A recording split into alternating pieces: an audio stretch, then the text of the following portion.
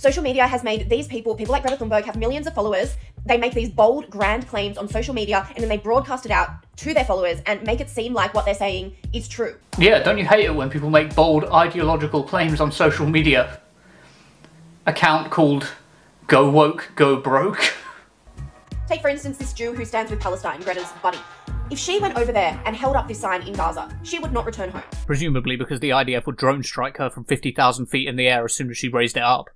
Same with this guy in London, you can't really see it, but he was holding a BLM trans LGBTQIA+ flag. Apparently they've amalgamated them all into one flag now. He was holding one of those flags in the Palestine protest in London. He was attacked for holding that flag because any sane person would realise that that's not the place to take a progressive flag.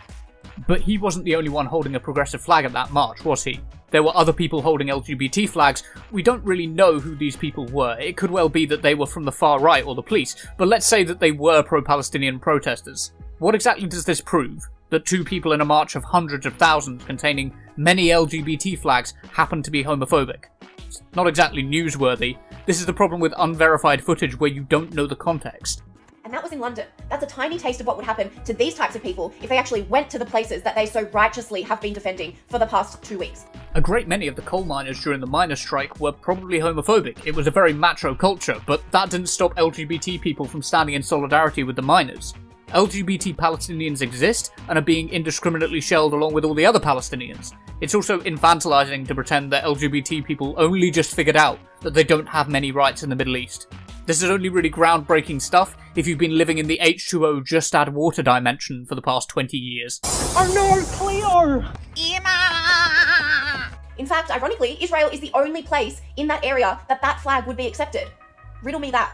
Well, it's quite easy really. Israel is a place where you don't have gay marriage, and the current PM is in coalition with an anti-LGBT radical.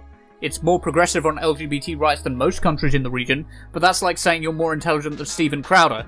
It's such a low bar that that's sort of the default. And back to Greta, who should be against war of any kind because of her really strong stance on climate change.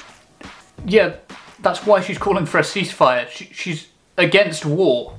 And the Israel account on Twitter, who knew there was one, was quite generous in coming out and informing Greta Thunberg that the materials used in the rockets to butcher the Israelis, who she apparently is against, are not sustainable. So it goes against her morals and virtues.